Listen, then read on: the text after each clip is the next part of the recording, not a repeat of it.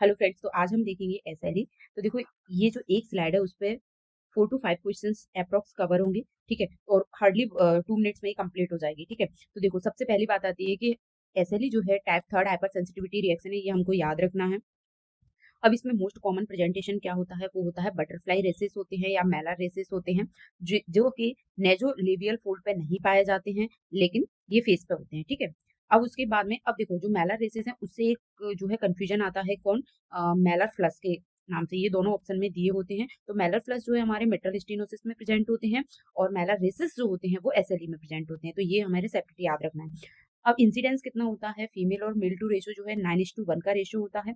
लेकिन ये बहुत इंपॉर्टेंट, इसमें कंफ्यूजन होता है कि ड्रग इंड्यूस्ड यदि एसएलई है, ड्रग से होती है जो एसएलई, उसमें जो रेशियो है मेल और फीमेल में इक्वल होता है, 1:1 होता है। ठीक है, इसमें जो जीन होता है वो कौन सा अफेक्टेड होता है, ट्रैक्स जीन 1 जो है अफेक्टेड होता है, ये एक्स क्रोमोसोम पे प्रेजेंट होता है। ठीक है, अब उसके बाद में आता है कि मोस्ट कॉमन बॉडी सिस्टम कौन सा इन्वॉल्व होता है एसएलई में, तो मस्कुलो स्केलेटल सिस्टम इन्वॉल्व होता है।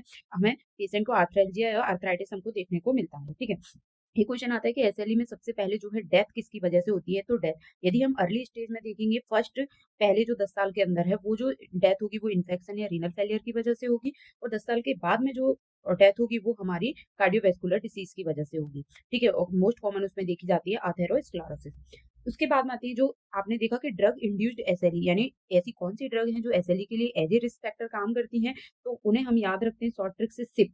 देखो, एस का मतलब होता है सल्फा ड्रग, एच का मतलब होता है हाइड्रोलाजिन, आई का मतलब होता है हमारा यहाँ पे आइसोनियाजिन, जो कि टीबी की ड्रग है ना। पी का मतलब होता है प्रोकेनामाइड। ठीक है, तो ये हमें सिप की जो है फुल फॉर्म याद रखनी है। अब उसके बाद मोस्ट कॉमनली इसमें जो एंटीबॉडी है, तो 2 एंटीबॉडी तो हमको स्पेसिफिकली याद रखनी है, लेकिन और भी होती हैं। तो सबसे फर्स्ट है एंटी न्यूक्लियर एंटीबॉडी। ये क्या है, मोस्ट सेंसिटिव एंटीबॉडी है। और anti Smith antibody most specific antibody है। तो सेंसिटिव कौन सी है और स्पेसिफिक कौन सी, हमें याद रखना है।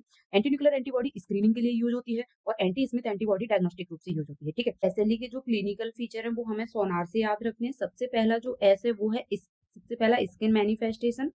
नेक्स्ट जो एस है वो है साइनोवाइटिस। ठीक है, अगला जो एस है वो है सीरोसाइटिस। सीरोसाइटिस यानी जो सिरोसा होती है आउटर कवरिंग किसकी, जैसे लंग्स की और किसकी, हर्ट की। तो लंग्स की उसमें इन्फेक्शन होगा तो क्या है, प्लूराइटिस। और इसमें जो हर्ट की में होगा उसे पेरिकार्डाइटिस। ठीक है, एक ओ क्या है, oral ulcer. Oral ulcer, oral ulcer में कौन सा, एप्थस अल्सर आते हैं। ठीक है, एन माने होता है न्यूरोलॉजिकल साइकेट्रिक मैनिफेस्टेशंस। ठीक है, अगला जो ए है उसका मतलब है ऑटो इम्यून डिसीज।